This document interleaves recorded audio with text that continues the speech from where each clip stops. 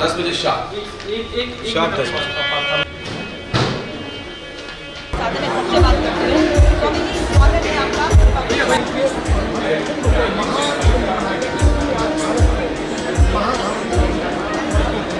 और महाकुंभ की जो तैयारी चल रही है, संतों का आगमन हो रहा है, यह आज के युवाओं को नई राह दिखाने वाला कार्य है। संतों के द्वारा सदा से ही युवाओं को आज का हमारा महाकुंभ महासम्मेलन और इसी नई दिशा का एक प्रारंभ है परंपरा की इतना बड़ा आयोजन। और महाराज जी बैठे हैं।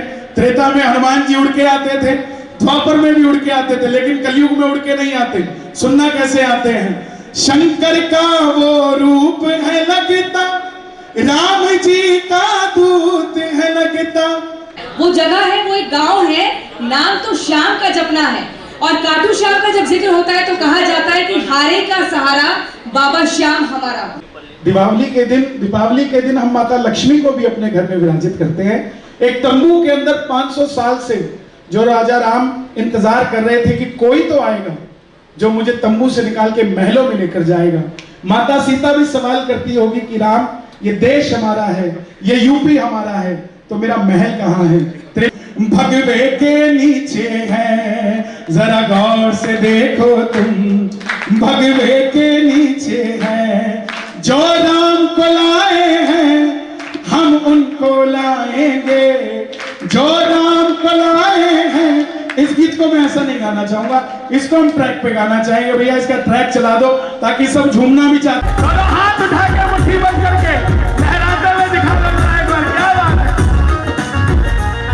योद्धा भी सजा दी है, काशी भी सजा दी है, योद्धा भी सजा दी है, काशी भी सजा दी है, कश्मीर सजाया है, कश्मीर सजाया है, कश्मीर सजाया है, पीओके भी सजाएंगे, कश्मीर सजाया है, पीओके भी सजाएंगे। अयोध्या धाम की। लेकिन जो इसका आनंद यूपी में गाने का आता है, मैं नेशनल टीवी पर बोल रहा हूँ, इतना आनंद कहीं और नहीं आता साहब। हिंदू के घर में अलग अलग जातियों में लोग बट जाते हैं, तो इनको एक करने के लिए आपने क्या एक भजन तैयार किया? कंधों से ऊंची छाती नहीं होती, धर्म से बड़ी कोई जाति नहीं होती, दीपक ही नहीं बचा तो बाती का क्या करोगे? और जोरदार तालियां होनी चाहिए। हमारे बीच उत्तर प्रदेश के मुख्यमंत्री योगी आदित्यनाथ जी पहुंच चुके हैं।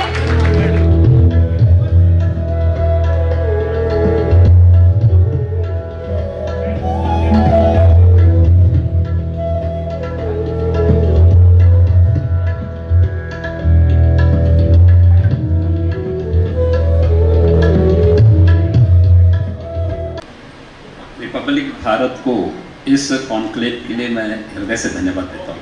धन्यवाद योगी जी। योगी जी 12 साल में कुंभ और 144 सालों में महाकुंभ। मैं चाहूंगा कि शुरुआत में आज आप अपने शब्दों में जितने रिपब्लिक भारत के दर्शक हैं उनको, भारत की जनता को और दुनिया भर में जितने लोग इसको लाइव स्ट्रीमिंग टेलीविजन पे देख रहे हैं, सनातनियों को महाकुंभ, इस महाकुंभ के महत्व के बारे में बताएं। अब संप्रदाय से नहीं हो सकती, और जितनी प्राचीन होगी स्वाभाविक रूप से उसके आध्यात्मिक और सांस्कृतिक आयोजन भी उतने ही प्राचीन होंगे। पूरे देश के अंदर अलग अलग अवसरों पर पूरा देश जिनके माध्यम से जुड़ता है उनमें सहभागी बनता है।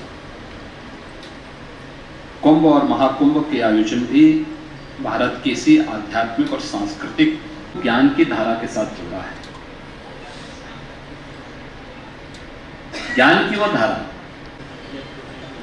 ये 4 महत्वपूर्ण स्तर देश के अंदर 4 अलग अलग स्थानों पर, 2 उत्तर भारत में,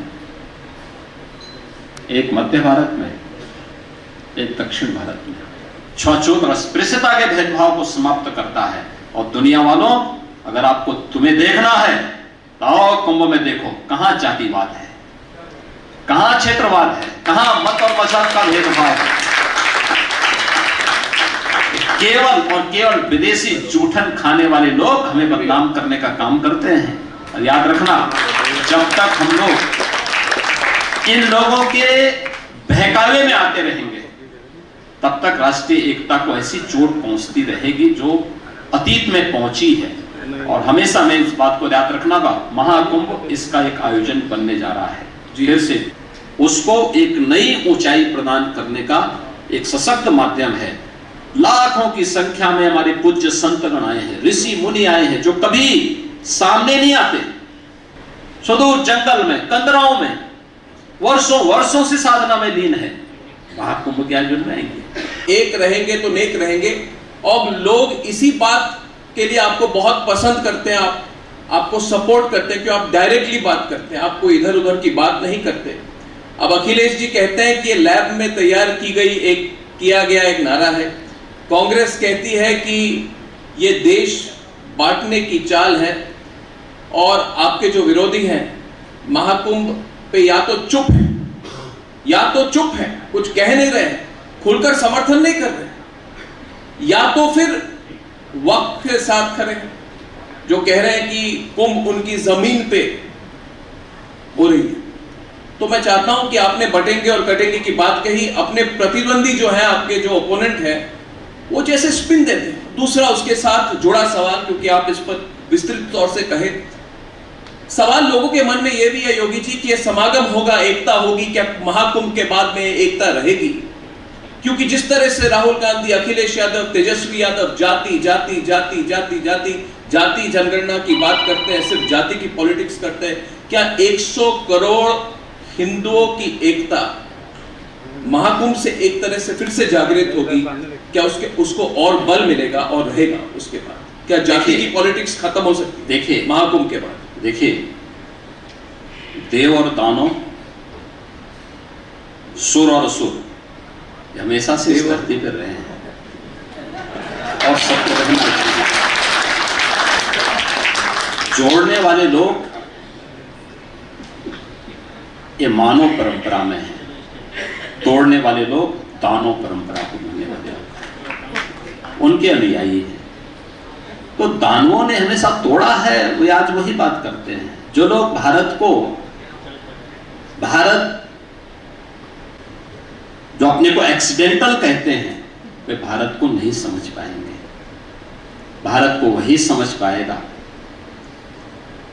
जो भारत की इस आध्यात्मिक परंपरा को, जो राम की परंपरा है, कृष्ण की परंपरा है, भगवान शिव की परंपरा है, शक्ति की परंपरा है, इस परंपरा के प्रति श्रद्धान्वित हो जी, वही भारत को जान पाएगा। एक और मुझे लगता है कि उसकी चिंता नहीं करनी। देश की जनता जागरूक हो चुकी है, एक्सपोज हो चुके हैं लोग, इनको इससे ज्यादा नंगा करने की आवश्यकता नहीं है। क्योंकि हमें तो कभी कभी डर लगता है कि कहीं इससे ज्यादा इनको और एक्सपोज करें तो कहां ये मोती खाने लायक बचेंगे, कहीं नहीं बचेंगे। बाबा साहब भीमराव अंबेडकर जी ने 26 नवंबर 1949 को जो संविधान का ड्राफ्ट तैयार करके संविधान सभा को सौंपा था, जैसे 26 जनवरी 1950 को भारत ने पूरे देश के अंदर लागू किया, पूरे देश यानी लागू किया इस संविधान को जी। उस संविधान में कहीं भी सेकुलर और सोशलिस्ट शब्द नहीं है, प्रेम्बल में नहीं है जी, नहीं। मूल प्रति को अगर आप देखेंगे जी, कहीं नहीं है। भारत में एक बात कभी मत कहो कि I am a proud Hindu.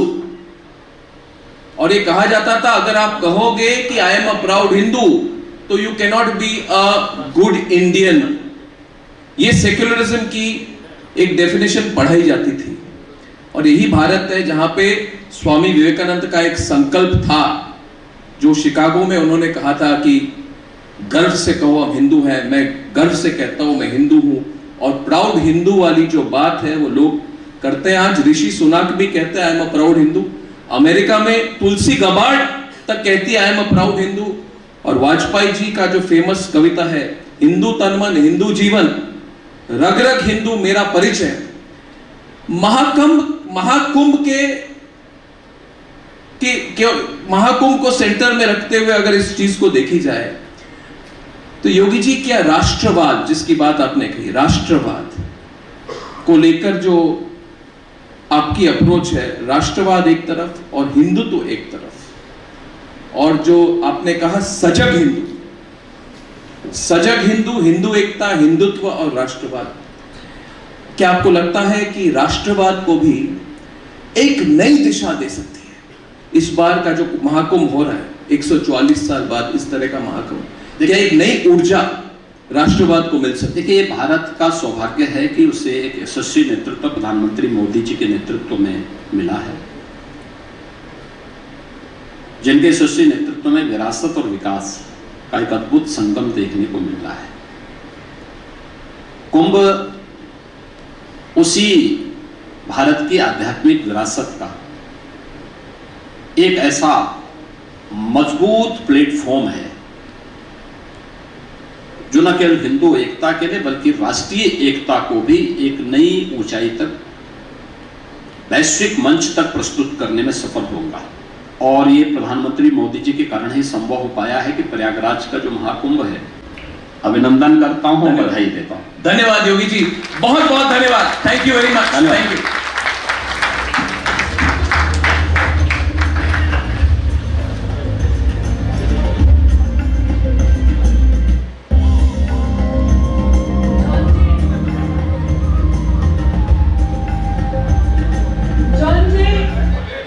हमारे उत्तर प्रदेश के सीएम और महंत उनके समक्ष काव्य पाठ कर रही हूँ और 4 पंक्तियां उन्हें समर्पित करती हूँ। सुनिएगा कि सिंहासन को भोग बनाया सत्ता के हर भोगी ने, हाथ खोलिएगा यदि समर्थन हो तो, कि सिंहासन को भोग बनाया सत्ता के हर भोगी ने, लोकतंत्र को रुग्ण किया हर राजनीति के रोगी ने, तो सत्य सनातन और न्याय की डोर थामकर हाथों में, सत्य सनातन और न्याय की डोर थामकर हाथों में धर्म का शासन किया प्रतिष्ठित भारत भर में योगी ने।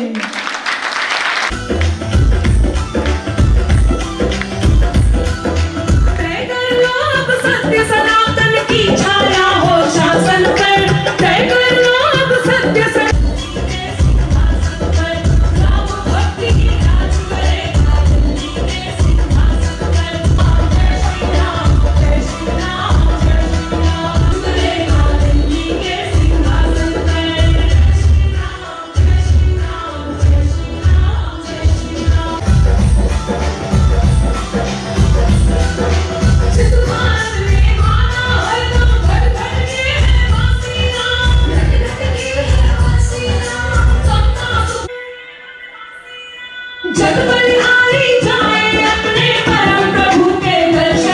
अध्यात्म से जुड़े काम और मुद्दे उन्होंने उठाए हैं, लोगों तक भक्ति आस्था पहुंचाई है भगवान के प्रति, बल्कि पर्यावरण आता है कि जैसे तुझको बनाया गया भारत के लिए। सच्ची बात है ये। आप उनकी हर सांस, हर इशारे को देखिए, उनका चलना, उनका देखना, उनका सोचना, उनका कुछ भी करना और ना करना। क्योंकि डुबकी केवल वो जल की डुबकी नहीं है, बल्कि मुझे तो लगता है ये डुबकी आज हर व्यक्ति को लगानी है और भीतर लगानी है। मेरा धन, मेरा सांस, मेरा सब कुछ। मैं आपको बताना चाहता हूं, अगर अभी नहीं हुआ तो कभी नहीं होगा।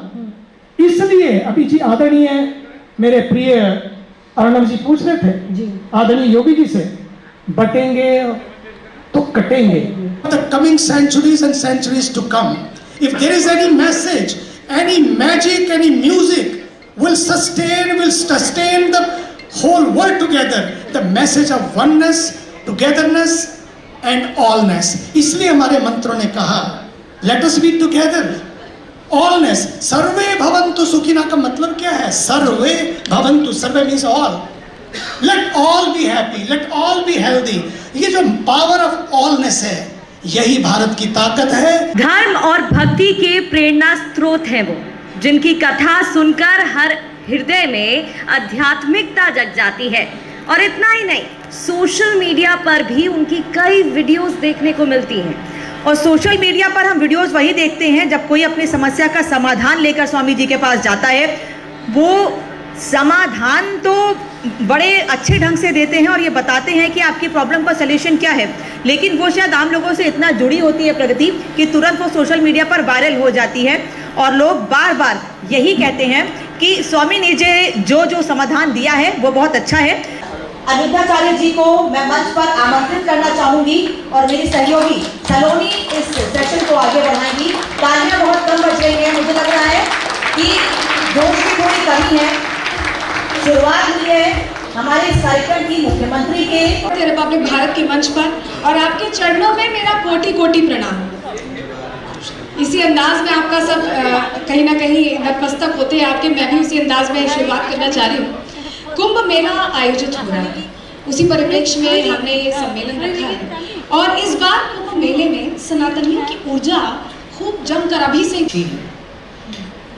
लेकिन ये जो कुंभ है ना, कहते हैं कि समुद्र मंथन में जब अमृत की कुछ बूंदें गिरी तो 4 जगह पर गिरी, उनमें से एक प्रयागराज है। लेकिन अमृत की बूंद गिरी, उसके पहले भी कुछ निकला था समुद्र मंथन से। आज की युवाओं को पहले वो चीज़ समझ लेनी चाहिए। समुद्र मंथन जब शुरू हुआ ना, तो सबसे पहले विष निकला था, जहर जी। फिर अमृत की बूंदें तो बहुत आखिरी में निकली, अमृत सबसे अंत में अमृत निकला।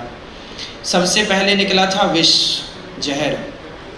तो अमृत तक पहुंचने के लिए पहले विष का घूंट पीना पड़ता है, विष का प्याला पीना पड़ता है। इसका तात्पर्य यही है कि आज की युवाओं को इस चीज़ से समझना ये है कि यदि हमें अमृत तक पहुंचना है, मीन्स सफलताओं तक पहुंचना है, तो पहले असफलताओं का भी हमें जहर पीना पड़ सकता है। उसके लिए तैयार रहिएगा, क्योंकि असफलता के बिना सफलता का कोई आनंद नहीं है जी। तो कुंभ ये बताता है कि जीवन में अमृत की डुबकी तो लगाने कुंभ में आए, लेकिन इसके पहले यदि आपने जीवन में चुनौतियां आई, आपके जीवन में कष्ट आया, आलोचनाएं आई, तो उसका डट के सामना करिएगा, हारिएगा मत, क्योंकि यदि विष है तो अमृत भी होगा। आप जिक्र कर रहे हैं कि विष है तो अमृत भी होगा, आलोचनाओं का भी आपने जिक्र किया। वक्फ कह रहा है कि जो 54 बीघा ज़मीन जहाँ स्नान ध्यान होगा, जहाँ टेंट सिटी बस गई है, जहाँ करोड़ों सनातनी पहुँचने वाले हैं, वो ज़मीन वक्फ की है। और वक्फ इतना सहिष्णु है कि उस ज़मीन पर इतना बड़ा आयोजन होने दे रहा है। कभी बयान देते हैं मौलाना साहब कि यहाँ पर धार्मिक परिवर्तन, घर वापसी होने वाली है, इस तरह की बातें, इस तरह के नफरती जहरीले बोल भी सामने आ रहे हैं, उनको क्या जवाब देंगे महाराज जी? हम पर इतना ही उपकार करो कि हम पर कोई उपकार मत करो। हम पर इतना ही एहसान करो कि हम पर कोई एहसान मत करो। क्योंकि जब तुम्हारे बाप दादे तुम्हारा बीज अंकुरित नहीं हुआ था, तब से, अभी योगी जी ने यही कहा कि जब से तुम्हारा बीज अंकुरित नहीं हुआ था, तब से सनातन में कुंभ का मेला चल रहा है जी। तो तुम्हारे अस्तित्व नहीं था इस धरती पर। जब तुम्हारा अस्तित्व ही नहीं था, तब हमारा कुंभ था, तो तुम्हारी भूमि होने का तो सवाल ही खड़ा नहीं होता। बड़ी बात आपने कही है, एहसान ना करने की बात। लेकिन बटोगे तो कटोगे का नारा भी योगी आदित्यनाथ जी ने पहले भी दिया, और ये नारा जोड़ता दिखाई दिया, जातियों में बटे हिंदुओं को जोड़ता दिखाई दिया। लेकिन ऐसा लगता है कि आप बचपन से हम सभी ने मेरे ख्याल में सुना है कि हिंदू मुस्लिम सिख ईसाई भाई भाई, ये भाई भाई है या क्या होगा, इसका क्या पर्याय है? देखो, हिंदू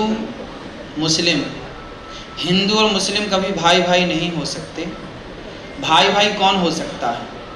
हम गाय को माता मानते हैं, तो जो लोग गाय को माता मानते हैं वो हमारे भाई हो सकते हैं। हम गाय को माता, गंगा को माता मानते हैं, जो गंगा को माता मानते हैं वो भाई भाई हो सकते हैं। जैसे ब्राह्मण, क्षत्रिय, वैश्य और शूद्र, हम चारों भाई भाई हैं, एक पिता की संतान हैं, क्योंकि हम चारों गाय को माता मानते हैं और गंगा को माता मानते हैं। हम सब प्रयाग में डुबकियां लगाते हैं, बड़ी श्रद्धा से जो प्रयाग में डुबकी लगाए वो भाई हैं। और यदि हम इसे विस्तार करते हैं तो भाई कौन है वो समझने की बहुत ज़रूरत है। आपने बहुत उत्तम सवाल किया है। भाई कौन है? हम 4 भाई हैं। कौन कौन से? हम सनातनों की विचारधारा कहीं कहीं पर मिलती जुलती दिखाई पड़ती है, कुछ कुछ क्षेत्र में अपनी अपनी पर्सनल विचारधाराएं हैं, बात ठीक है, पर हम 4 भाई हैं तो ये हैं। हम गाय को माता कहते हैं, आप गाय को मारकर खा जाते हैं, हम आपको भाई कैसे कहते हैं? इसलिए आप हमारे भाई बनने के योग्य नहीं हैं। यदि आप कहते हैं कि हाँ, आज से हम भी गाय को माता कहते हैं, आज से हम भी गंगा को माता कहते हैं, आज से हम भी भारत को माता कहते हैं, तब हम आपको गले लगाकर अपना भाई कहने को तैयार हैं। बड़ी बात कही है महाराज जी ने, तालियों के साथ इस बात का स्वागत भी कीजिए। कहेंगे, कहा जाता है एकता में दम है, तो ये सनातन बोर्ड हमें उस एकता का मंच देगी, वो मजबूती देगी। देखिए, सनातन बोर्ड से भी बहुत अच्छा विकल्प है हमारे पास, और वो विकल्प यदि हम उस पर बात कर लें और उस पर चल पड़े तो सबसे उत्तम विकल्प होगा। सनातन बोर्ड से ठीक है, यदि संत जन इसकी डिमांड कर रहे हैं तो यदि ये भी है तो कोई आपत्ति इसमें नहीं है, पर इससे भी एक उत्तम विकल्प ये है कि हम सभी सनातनी अपनी शक्ति को मजबूत करें, अपने को मजबूत करें। जैसे मैंने हमेशा एक बात कही है कि देखो, थोड़ी देर के लिए सोचिए, जैसे हम चाहते हैं ना कि सनातन राष्ट्र होना चाहिए, हिंदू राष्ट्र होना चाहिए। सनातन राष्ट्र क्यों होना चाहिए, इसका भी एक कारण मैं आपको बताऊं। बहुत सारे देश हैं जो मुस्लिम देश हैं, क्रिश्चियन देश हैं। यदि बहुत सारे क्रिश्चियन और मुस्लिम देश हो सकते हैं तो एक देश सनातनी देश क्यों नहीं हो सकता? पहला। दूसरा, देखो, चारों मिल, सनातन मतलब चारों जी, चारों को मिलके खड़ा होना पड़ेगा। और अपनी बेटी को झांसी की रानी और अपने बेटे को शिवाजी यदि आपने बना दिया, और जैसे हमारे अर्जुन को भगवान ने गीता सुनाई, पर गीता सुनाने के बाद भी युद्ध टला नहीं, गांडीव तो उठाना ही पड़ा।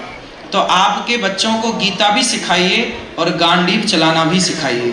यदि गीता और गांडीव का कॉम्बिनेशन आपने से खड़ा कर दिया तो फिर ये देश अमर हो जाएगा। अमर मीन्स कभी इस देश में कभी फिर कोई मुगल, कोई अंग्रेज कभी आंख उठाने की चेष्टा न। संपत्ति नाना, जहां कुमति तहां विपत्ति निदाना। यदि झाड़ू तिनकों से बनती है ना तो संगठित होती है, तो झाड़ू लगा के कचरे को साफ कर देती है। और यदि वो खुद बिखर गई, तिनकों से तिनका बिखर गया तो खुद कचरा हो जाती है। अलग बांटने की क्या जरूरत है? हम तो चारों संगठित रहते हैं। नेताओं को पता लग जाए कि ये ब्राह्मण इतने, क्षत्रिय इतने, वैश्य इतने, तो वो राजनीति चालू कर लेते हैं। इसलिए सनातन कितने हैं, सनातनी कितने हैं, ये पता लगाओ। आगे बढ़ने की प्रेरणा आप देने की कोशिश करते हैं। देखिए, बदलाव तो आना ही चाहिए। उसी तरह एक भक्त अपने आप को जब समर्पित करता है तो भगवान कहते हैं कि सन्मुख हों ही जीव मोहि जबहि, तो जन्म कोटि अघनासहि तबहि, सर्वधर्मान परित्यज्य मामेकं शरणं व्रज, अहम त्वा सर्व पापेभ्यो मोक्षयिष्यामि मा शुचः। तो भगवान कहते हैं गीता के 18वें अध्याय के 66वें श्लोक में कि अर्जुन, शरणागति जरूरी है। देखो, जब तक समर्पण नहीं होगा, समर्पण किया ही नहीं, शरणागति हुई नहीं, तो फिर भगवान स्वीकार कैसे करेंगे? सब्र रखिएगा, अपने आप को बनाए रखिएगा, स्माइल बनाए रखिएगा, प्रसन्नता बनाए रखिएगा। ये दुनिया, ये प्रकृति परिवर्तनशील है। कई बार जो लोग आपको पसंद नहीं करते वही लोग आपको पसंद करने लग जाते हैं। ये एक समय है, समय सब कुछ भुला देता है, समय एक नई दिशा प्रदान कर देता है। बस समय का इंतजार करना चाहिए और हर समय हैप्पी रहना ही चाहिए। मेरा मान्यता है, आप कमाते हैं किसके लिए? इतने सारे लोग बैठे हैं, आप पैसा कमाते हैं सारे लोग, किसके? बड़ा सफर तय किया है आपने। शुरुआत से बचपन में ही आपका इंक्लिनेशन था अध्यात्म की तरफ। आप ट्रक कंडक्टर भी रहे हैं, ये भी मुझे पता चला। किसको किसको पता है कि महाराज जी ट्रक कंडक्टर भी रहे हैं यहाँ पर? विद्यार्थी गौरी गोपाल गुरुकुल में पढ़ते हैं जी। ये सारी सेवाएं भगवान ने ये जिम्मेदारी दी और वो जिम्मेदारी पूरी करने की शक्ति वही दे रहे हैं। तो शुरुआत भीख मांगने से हुई, सदा नीति और नियत सही थी और नीति और नियत सही है, तो भगवान ने उसका फल ये दिया कि सेवा से जोड़ दिया। सेवा से आपने, क्योंकि गौरी गोपाल आश्रम का आपने जिक्र किया है, उससे जुड़ा भी मेरा एक सवाल है आपसे। आजकल देखते हैं रिश्तों में मोह भंग बहुत आसानी से हो जाता है। माता से मोह भंग, जिसने पाल पोस कर इतना बड़ा किया। इतनी सारी माताएं आपके यहाँ रहती हैं, आप उनके बेटे बन के उनकी सेवा करते हैं, बच्चों के लिए तमाम चीज़ें करना। रिश्तों में बहुत खोखलापन आ गया, कुछ समय चलते हैं और छूट जाते हैं। ऐसे मोह भंग होने के लिए मतलब कहीं ना कहीं भागती दौड़ती जिंदगी की आप इसके लिए जिम्मेदार बनाते हैं, और क्या संदेश देना चाहेंगे उन लोगों को? देखो, मोह भंग नहीं हुआ है लोगों का, लोग अज्ञान की तरफ बढ़ गए। लोग गलत दिशा की तरफ चले गए हैं। आज खाओ पियो मौज करो की भावनाएं मन में समा चुकी हैं। आजकल लोग केवल विलासी हो चुके हैं, उन्हें अपने धर्म से मतलब नहीं। आजकल एक स्त्री अपने पति के होते हुए भी पराये पुरुष को देख रही है, एक पुरुष अपनी पत्नी के होते हुए भी पराई स्त्री को देख रहा है। क्यों? क्योंकि उसके भीतर वासनाएं इतनी ज़्यादा हैं और उसकी वासनाओं ने उसे अधर्मी बना दिया है। रावण को अधर्मी किसने बना दिया? रावण तो बड़ा धर्मात्मा था, लेकिन रावण के विषयों ने, उसके वासनाओं ने उसे अधर्मी बना दिया जी। उसी तरह आजकल का समाज जो है ना, वासनाएं इतनी ज़्यादा उसके भीतर समा चुकी हैं, चाहे वो स्त्रियां हों कुछ, चाहे वो पुरुष हों कुछ, और उस वासना के चक्कर में वो अपनी पत्नी को धोखा दे रहे हैं पराई औरत के चक्कर में, अपने पति को धोखा दे रहे हैं पराए पुरुष के चक्कर में। इससे क्या हो रहा है कि उनका धर्म भी भ्रष्ट हो रहा है और रिश्ते तो खराब हो ही रहे हैं। इसलिए जीवन में धर्म की बहुत आवश्यकता है।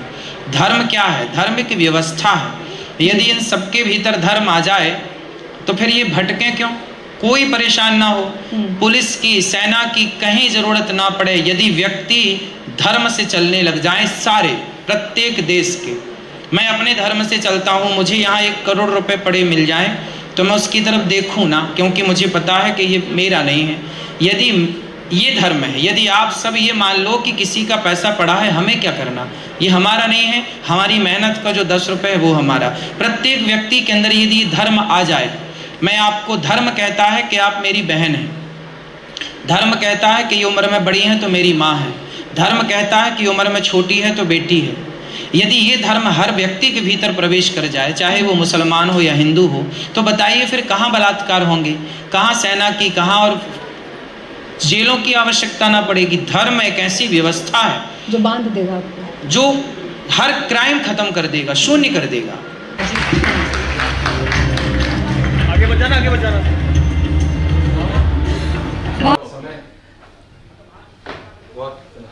और समय निकाला स्पेशली लखनऊ आए।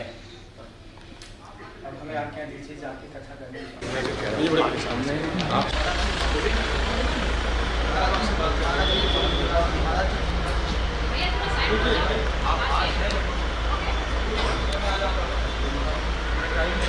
ये मेरी जिम्मेदारी है।